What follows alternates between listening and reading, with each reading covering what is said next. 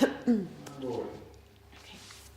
So thank you very much. It's very moving, touching, emotional movie. Thank you. And first of all, for us, the audience, it's fantastic combination. You and Volker Schlendorf, finally. So, first of all, how did you come on board to the project? Well, we met at the European Film Prize one night in Malta, actually, and we just spent a lovely night. We were sitting next to each other, chatting and so on. So we exchanged numbers, and then when we were back in Berlin, he texted, I want to see your theater plays, and so on. And so we met after the theater and talked, and one evening he just said, could I give you a book of mine that I'm working on? I have this project, accompanies me for quite a while, and now that we always speak and meet, I want you to read it. And I said, of course, I'm very excited to read it. And then it just spoke to me immediately because it was so different. You don't read something like that every day as a script, because it has this kind of literature, this way of thinking about things. Characters talk to each other in a special way, in a very thoughtful way. That was something that intrigued me, because it's almost borders on theater, and how could we do it that it doesn't become theater, that it becomes something very realistic, but also in the way these characters talk, that they already talk about a time we remember, maybe, or all these levels of, because it is a film about remembering or imagining things. So I also saw that in the way they talk to each other, and so I said, I really want to do it. I'm really interested in the character also, because Rebecca surprised me lots of times, because I thought she's mainly a projection at the beginning, and I thought, this is, I don't know if there's nothing more than a bit. I'm not so interested in playing characters that are glorified and there's no core to them. They're just a shell of an imagination of the author or whatever. And then this interesting moment where at the end, when she tells her story and the real wound of her life, which is not the author, which is not Max, that she becomes her own. And I was very relieved by that, and very interested to work on it. So in the script, it's not real adaptation, as you said. Mm-hmm. So there are a lot of thoughts of Volker in the script. So how did you collaborate with him, and what's his uniqueness as a director, do you think?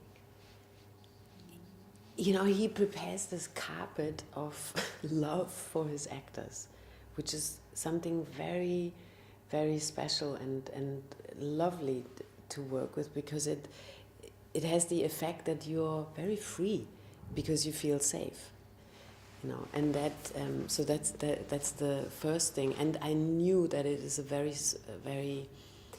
a story very dear to his heart, and that it means a lot to him, that it evokes also with him a lot of memories, and that I thought if it has a lot to do with him, it's a very brave way of talking about yourself, because it's very revealing also, and brave.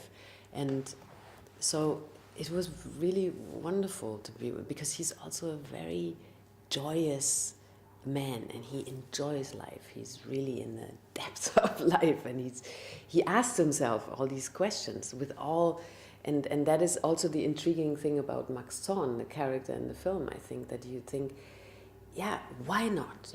Why not change life again? And why not say, now I realize you are the one, in my life, and it doesn't matter what we've done so far, now is what really counts. And it's something intriguing about that, and very romantic and beautiful also.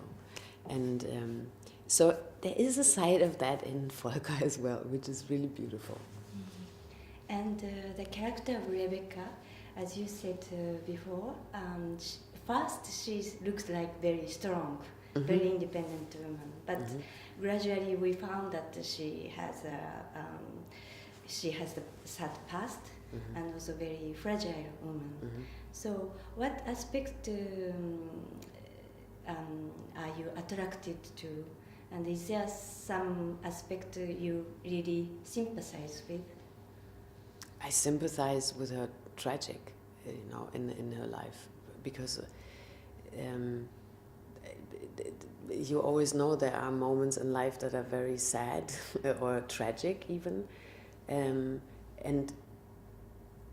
that's maybe the voyeuristic part of watching a movie, to see how someone copes with it, and this is what you feel with someone, and so that was very dear to my heart as well. But also I like that you see both sides, because they can coexist. There is no just being strong, just being vulnerable, it's about, I guess maybe a character forms by how you cope with things in life.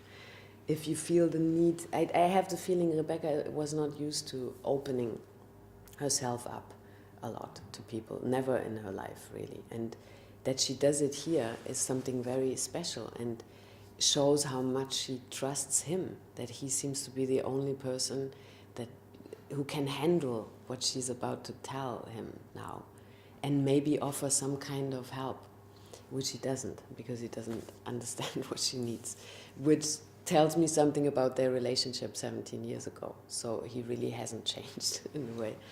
So, but I love this coexistence in her being a strong woman, but also with a very maybe vulnerable core that needs support. And what's the experience like to work with Stellan in such a very intimate collaboration? Yeah, it was very careful and very light and fun. He's a very funny guy, So he creates this atmosphere together with Volker also on set, which is light, very respectful to everyone, and just trying to get to the core of the scene, but in a very not forceful way, which was really, really great. Was very lucky. Do you have your own Montauk?